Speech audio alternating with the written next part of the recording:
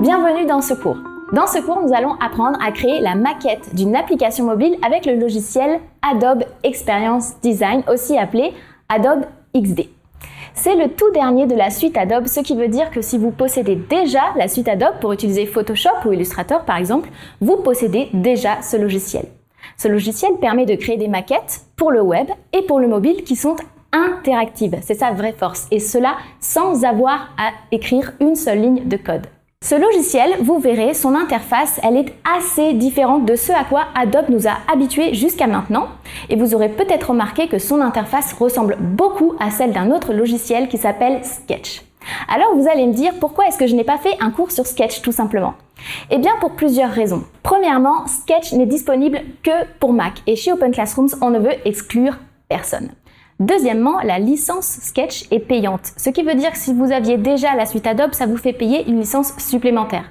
Et troisièmement, Sketch, même s'il est très populaire, il est très souvent utilisé en combinaison avec un autre outil qui s'appelle InVision et qui permet d'ajouter de l'interaction.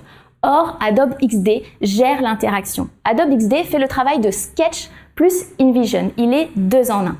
Sachez d'ores et déjà que le logiciel Adobe XD permet de faire des choses très abouties graphiquement. Mais je vous vois venir, ne vous inquiétez pas, le logiciel est très simple à utiliser et sa prise en main est très rapide. Vous verrez qu'à la fin du cours, vous serez capable de créer de très belles maquettes interactives.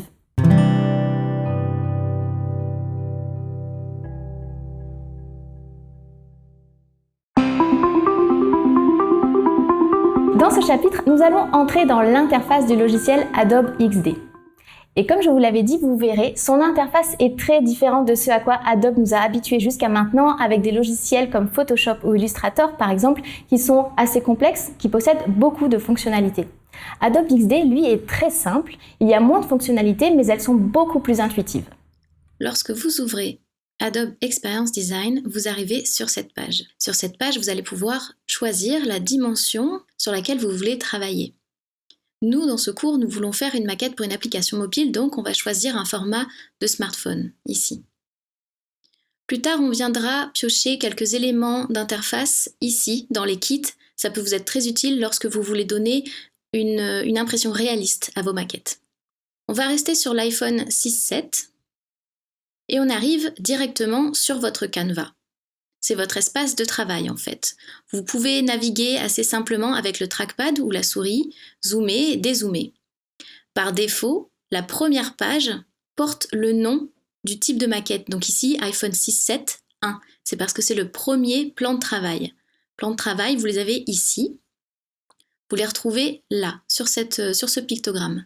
Ce que l'on peut faire, d'ores et déjà, c'est modifier ici le titre de notre plan de travail pour faire par exemple la page d'accueil dans un premier temps. Si on veut prévoir ensuite d'autres pages pour continuer une maquette, il suffit tout simplement, si on veut garder exactement la même dimension, donc là on est sur la taille d'un iPhone 6.7, si on veut garder exactement la même dimension, il suffit de cliquer sur un plan de travail, maintenir la touche Alt, cliquer et déplacer. Vous allez voir que les repères intelligents vous indiquent si la page est à la même hauteur et vous indiquent aussi son écartement. On va garder un écartement de 90, c'est très bien. Ici, je peux renommer directement le plan de travail, par exemple, pour faire une page de menu. Vous voyez maintenant que vos plans de travail viennent se renommer directement ici. Vous pouvez les déplacer, ça fonctionne comme les calques dans Photoshop ou Illustrator, mais comme vous pouvez le voir, l'interface est plus simple. Vous les retrouverez toujours ici. Et ce qui est assez intéressant avec ce logiciel, c'est que dès que vous faites une forme quelque part, par exemple ici, on va prendre un rectangle. Donc là, ici, c'est l'outil de sélection, c'est ce qui vous permet de déplacer des objets. On prend l'outil rectangle et on va tracer un rectangle. Vous voyez ici que vous pouvez modifier l'aspect, la couleur, la bordure, rajouter une ombre à la forme que vous venez de faire. Donc, pour voir mieux, on va changer la couleur. Voilà. Et en fait, vous voyez le rectangle, le calque du rectangle, c'est automatiquement mis dans le plan de travail accueil, parce que je l'ai déposé dedans. Je reviens en arrière ici, j'ai mes 2 plans de travail, je clique 2 fois sur le symbole du plan de travail. Si je clique 2 fois sur le nom, ça va être pour modifier le nom. Je clique 2 fois, je retrouve mon calque de rectangle. Alors, on va supprimer ce rectangle pour l'instant, on n'en a pas besoin, ça ne nous intéresse pas. Vous voyez, il se retire, le calque se supprime automatiquement dans le plan de travail de la page d'accueil. Ici, maintenant, vous avez le pictogramme pour tracer des ellipses. Donc ça fonctionne exactement comme le rectangle, c'est-à-dire que dès que vous tracez une forme, vous pouvez modifier son aspect. Si vous avez suivi le cours sur Illustrator, vous vous rappelez que pour qu'un cercle soit parfait, c'est-à-dire proportionnel, tout comme le carré d'ailleurs, vous maintenez la touche Shift au moment où vous tracez votre forme. Vous voyez, le cercle reste bien proportionné. Ici, vous avez l'outil pour tracer des segments. Ici, vous avez l'outil plume. Là encore, si vous avez suivi le cours sur Illustrator, vous savez de quoi il s'agit. Ici, l'outil texte, tout simplement pour écrire du texte.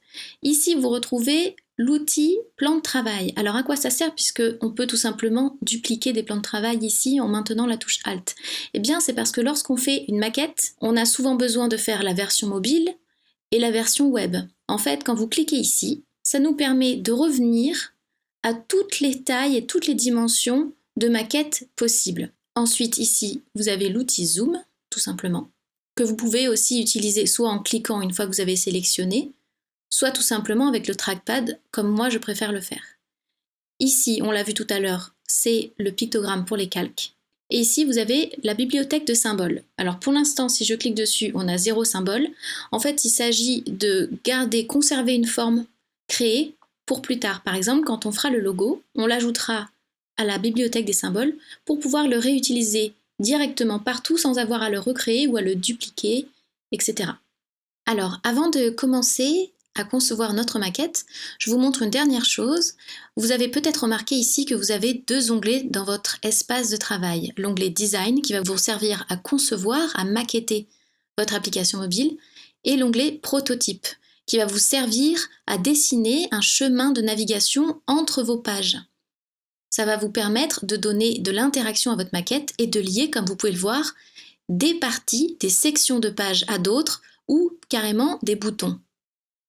On verra ça en deuxième partie du cours lorsqu'on aura terminé notre maquette. Je repasse en mode design et nous allons démarrer notre maquette.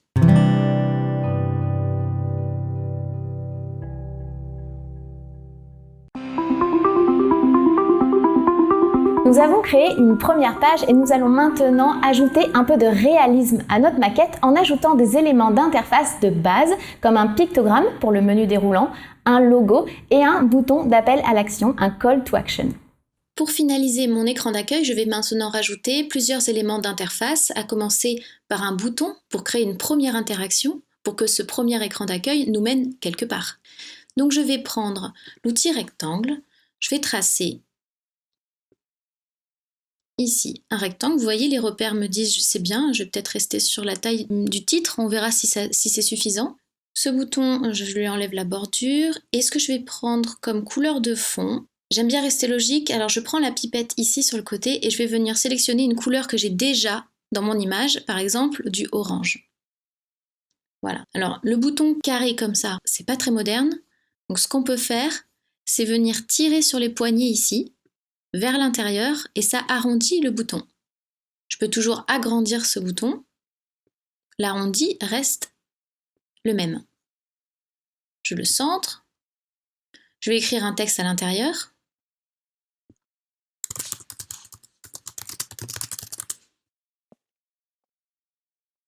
Ce texte, je le mets en blanc. Je vérifie qu'il est bien centré. C'est bon.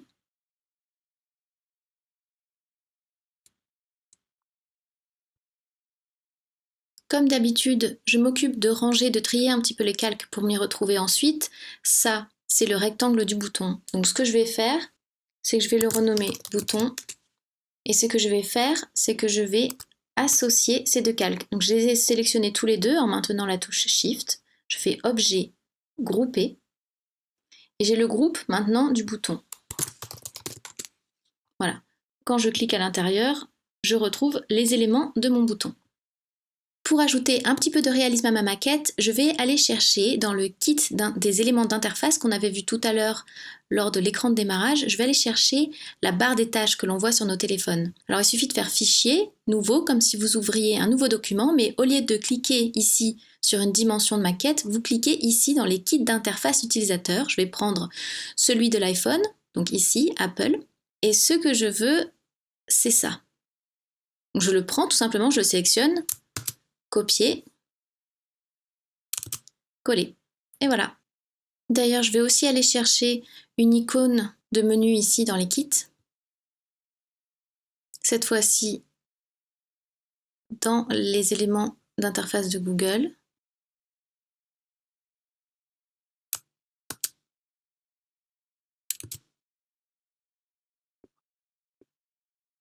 Alors vous voyez, quand j'essaye de déplacer une forme, je risque de déplacer d'autres éléments de mon plan de travail. Donc ce que je peux faire tout de suite, c'est bloquer les calques.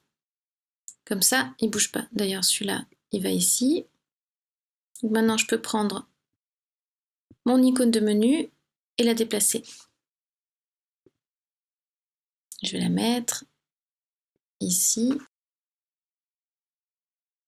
Voilà. Et enfin, ce que je vais faire maintenant, c'est dessiner mon logo. Donc j'aimerais bien faire un logo qui a la forme d'un pictogramme de feu de bois, par exemple. Donc ce que je vais faire pour commencer la flamme, c'est d'abord, je vais tracer un cercle. Je garde Shift enfoncé pour l'instant. Ici, je vais enlever la bordure. C'est bien que ça reste blanc, comme ça fait pareil que l'icône de menu et que le texte.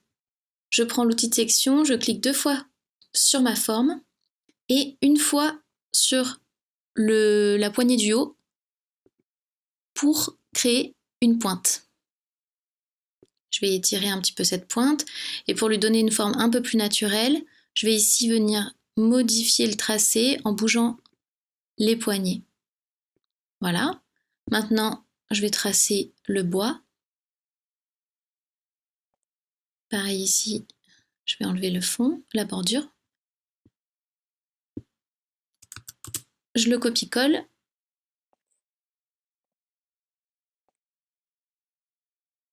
Voilà. Et je vais venir centrer un petit peu tout ça. Voilà. Vous avez vos calques ici qui constituent notre logo. Donc ce que je vais faire, c'est je vais directement les grouper. Voilà. Et ce groupe-là, je vais venir l'ajouter dans ma bibliothèque de symboles. Avant ça, je veux quand même vérifier la taille, parce que dès que vous mettez une forme en symbole, après, elle a la forme que vous lui avez donnée. Vous pourrez toujours la modifier, mais moi, ce qui m'intéresse, c'est pas d'avoir un logo aussi grand pour l'instant. Donc, je vais le réduire,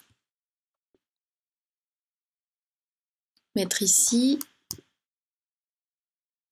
Voilà, c'est à la même hauteur. Et maintenant, je vais l'ajouter dans la bibliothèque de symboles. Ça veut dire que maintenant, si j'ai envie de le réutiliser ailleurs, j'aurai plus qu'à cliquer ici dans la bibliothèque et à venir prendre le symbole et à le placer où je veux.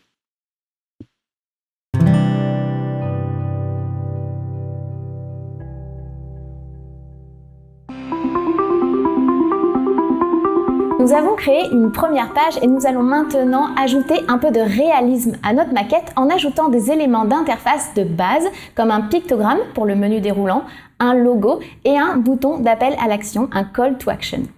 Pour finaliser mon écran d'accueil, je vais maintenant rajouter plusieurs éléments d'interface, à commencer par un bouton pour créer une première interaction pour que ce premier écran d'accueil nous mène quelque part. Donc je vais prendre l'outil rectangle, je vais tracer ici un rectangle. Vous voyez, les repères me disent c'est bien, je vais peut-être rester sur la taille du titre, on verra si c'est suffisant.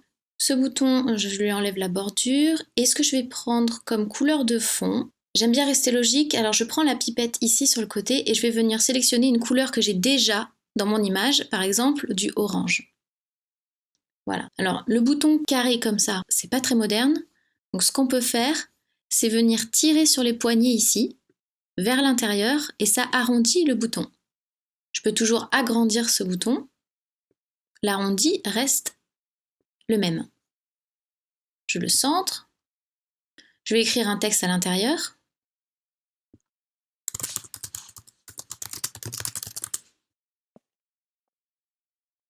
Ce texte, je le mets en blanc.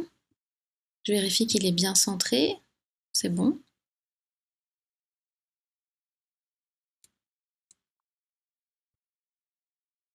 Comme d'habitude, je m'occupe de ranger, de trier un petit peu les calques pour m'y retrouver ensuite.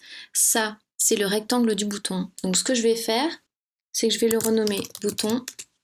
Et ce que je vais faire, c'est que je vais associer ces deux calques. Donc je les ai sélectionnés tous les deux en maintenant la touche Shift. Je fais Objet, Grouper. Et j'ai le groupe maintenant du bouton. Voilà. Quand je clique à l'intérieur, je retrouve les éléments de mon bouton. Pour ajouter un petit peu de réalisme à ma maquette, je vais aller chercher dans le kit des éléments d'interface qu'on avait vu tout à l'heure lors de l'écran de démarrage, je vais aller chercher la barre des tâches que l'on voit sur nos téléphones. Alors il suffit de faire Fichier, Nouveau, comme si vous ouvriez un nouveau document, mais au lieu de cliquer ici sur une dimension de maquette, vous cliquez ici dans les kits d'interface utilisateur. Je vais prendre celui de l'iPhone, donc ici, Apple, et ce que je veux, c'est ça. Donc je le prends tout simplement, je le sélectionne, copier, coller. Et voilà. D'ailleurs, je vais aussi aller chercher une icône de menu ici dans les kits. Cette fois-ci, dans les éléments d'interface de Google.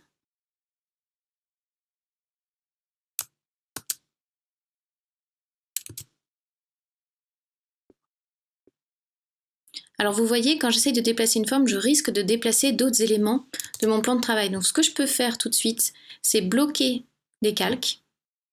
Comme ça, il ne bouge pas. D'ailleurs, celui-là, il va ici. Donc maintenant, je peux prendre mon icône de menu et la déplacer. Je vais la mettre ici. Voilà.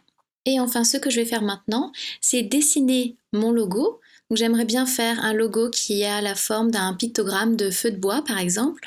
Donc ce que je vais faire pour commencer la flamme, c'est d'abord, je vais tracer un cercle. Je garde Shift enfoncé pour l'instant. Ici, je vais enlever la bordure. C'est bien que ça reste blanc, comme ça fait pareil que l'icône de menu et que le texte. Je prends l'outil de sélection, je clique 2 fois sur ma forme et une fois sur la poignée du haut pour créer une pointe. Je vais étirer un petit peu cette pointe et pour lui donner une forme un peu plus naturelle, je vais ici venir modifier le tracé en bougeant les poignées. Voilà. Maintenant, je vais tracer le bois. Pareil ici, je vais enlever le fond, la bordure. Je le copie-colle.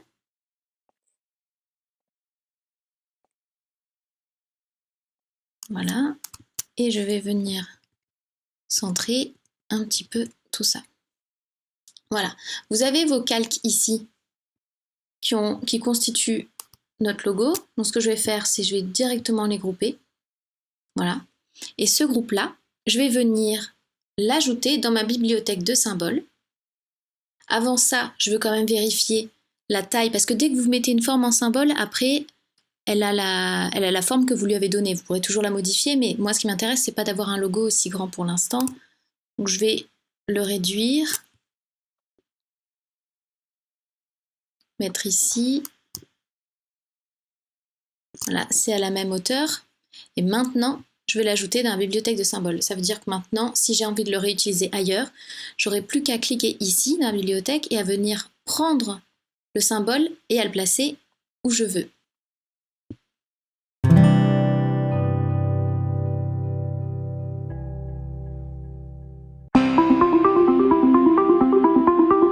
L'écran d'accueil de notre application est maintenant terminé. Nous allons voir comment créer d'autres pages en conservant la même ligne graphique.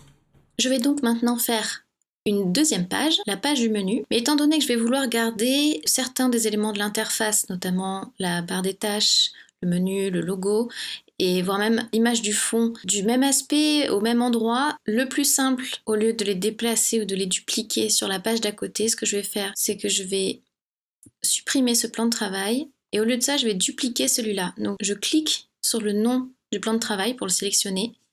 Je maintiens Alt, je clique et je duplique. Je vais me remettre à 90. Voilà, je le renomme menu.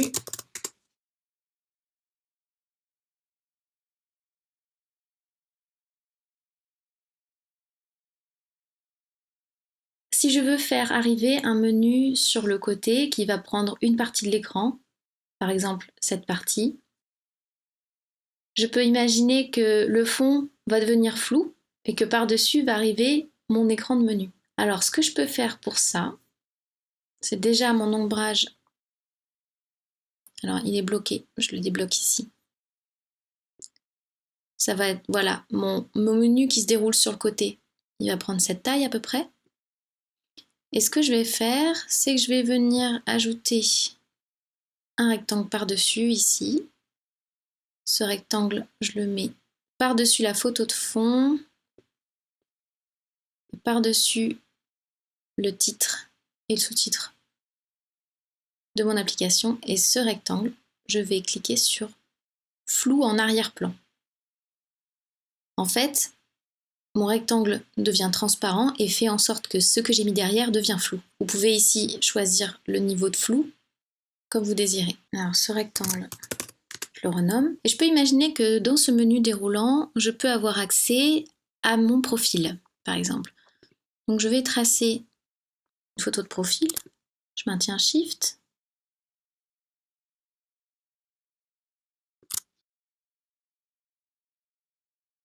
Et je vais venir, comme on l'a vu tout à l'heure, insérer une photo de profil dans ma forme. Voilà, j'ai choisi cette photo. On voit un petit peu des contours ici, je vais enlever la bordure et je vais plutôt rajouter une ombre. Voilà. Elle est discrète, vous pouvez un petit peu l'agrandir, voilà. Alors, je vais ajouter un nom à ma photo de profil.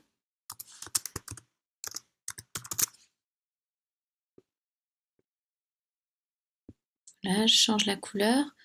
Je vais mettre une police un peu plus grasse ici pour nom de famille. OK. Et je place le nom ici sous la photo de profil. Maintenant, je vais faire un bouton pour cliquer pour aller sur le profil. Ce bouton, je vais le faire transparent. Donc pour qu'il soit transparent, je déclique le fond. En bordure, je vais lui mettre une bordure blanche. Je vais augmenter la bordure ici, à 2, voilà par exemple, c'est très bien. J'arrondis mon bouton pour rester sur la même ligne graphique. Et je vais ajouter un texte à l'intérieur de mon bouton, voir mon profil par exemple. Voilà. Alors pareil, mon texte, je le mets en blanc. Je vais un petit peu le réduire.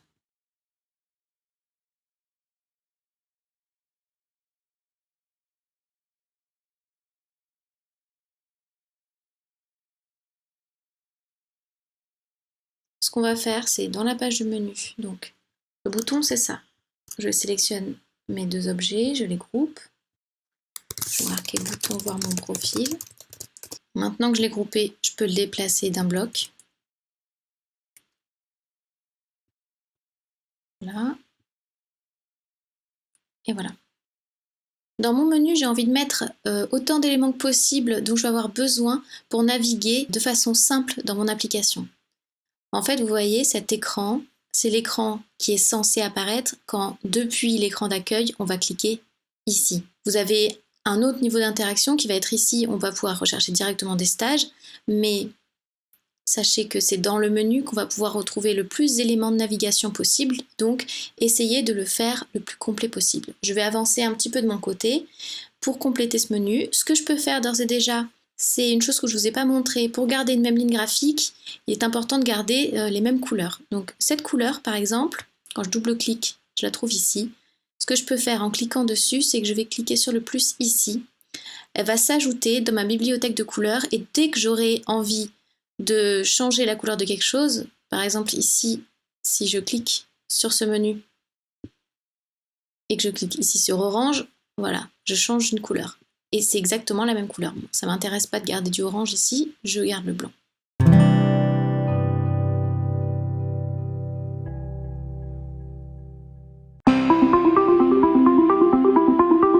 J'ai avancé sur la conception de la maquette et terminé la page du menu déroulant. Nous allons maintenant créer la page qui va lister les stages de notre application et nous allons utiliser un outil extraordinaire qui permet de travailler vraiment plus vite et qui s'appelle la grille de répétition. C'est parti, on va créer une troisième page qui va être la page de la liste des stages. Pareil, pour garder certains des éléments graphiques, je clique sur un plan de travail, je maintiens Alt et je le duplique. Je le renomme liste des stages. Ok, alors, dans la liste des stages, je peux garder le logo, la barre des tâches, le menu, la photo de profil, je peux la supprimer. Tout ce qui concerne le profil, je peux supprimer. Ce qui concerne le menu également.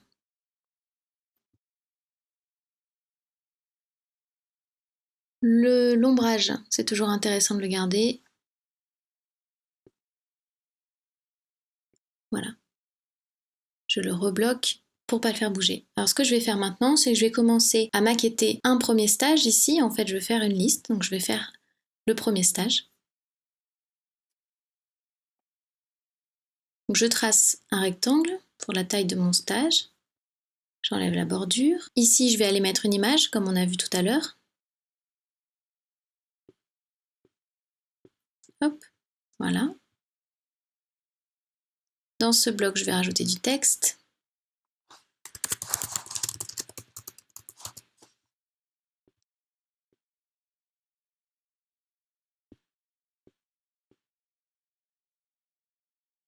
Ultra light, voilà. Et je vais déplacer mon texte. Alors j'ai envie de mettre quelques informations par-dessus cette image. Comme vous vous en doutez, ça ne va pas être facile à voir, donc je vais faire comme tout à l'heure et je vais rajouter un ombrage. Pour aller chercher des éléments d'interface, je vais aller puiser dans les kits comme la dernière fois et je vais avancer de mon côté. On va voir ce que ça donne quand je rajoute plusieurs des éléments de l'interface pour ce premier stage. Voilà le design sur lequel je suis arrivée pour mon design de stage. Je veux donc en faire une liste maintenant. Donc, ce que je vais faire, c'est que les éléments que je viens de créer, je vais les sélectionner en maintenant Shift. Donc je prends tout ce qui concerne le stage. Je clique sur Objet, Grouper. Et une fois que cet objet est groupé, je vais pouvoir le dupliquer d'un bloc. Comment? Il suffit de cliquer sur Grille de répétition. Et une fois que j'ai cliqué là, vous voyez, il y a des poignées vertes qui sont apparues.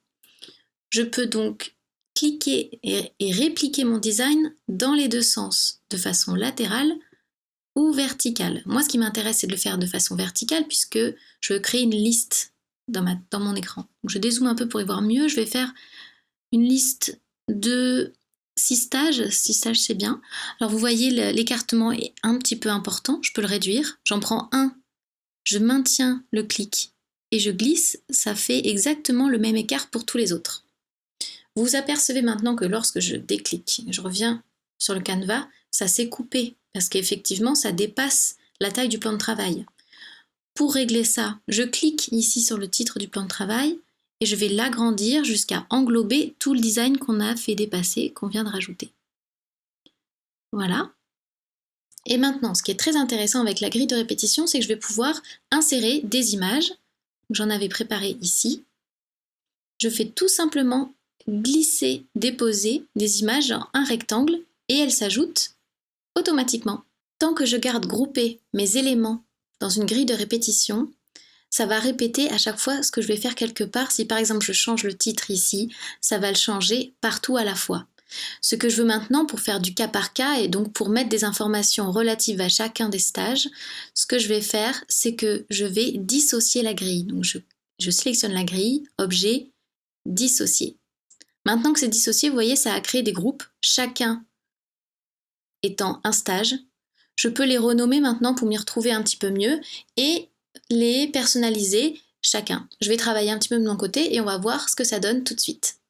Et voilà ma liste de stages terminée. Alors comme vous le voyez, j'ai amélioré un petit peu ici le menu, l'élément de navigation. J'ai rajouté un pictogramme pour filtrer, si on a envie de pouvoir filtrer dans l'application.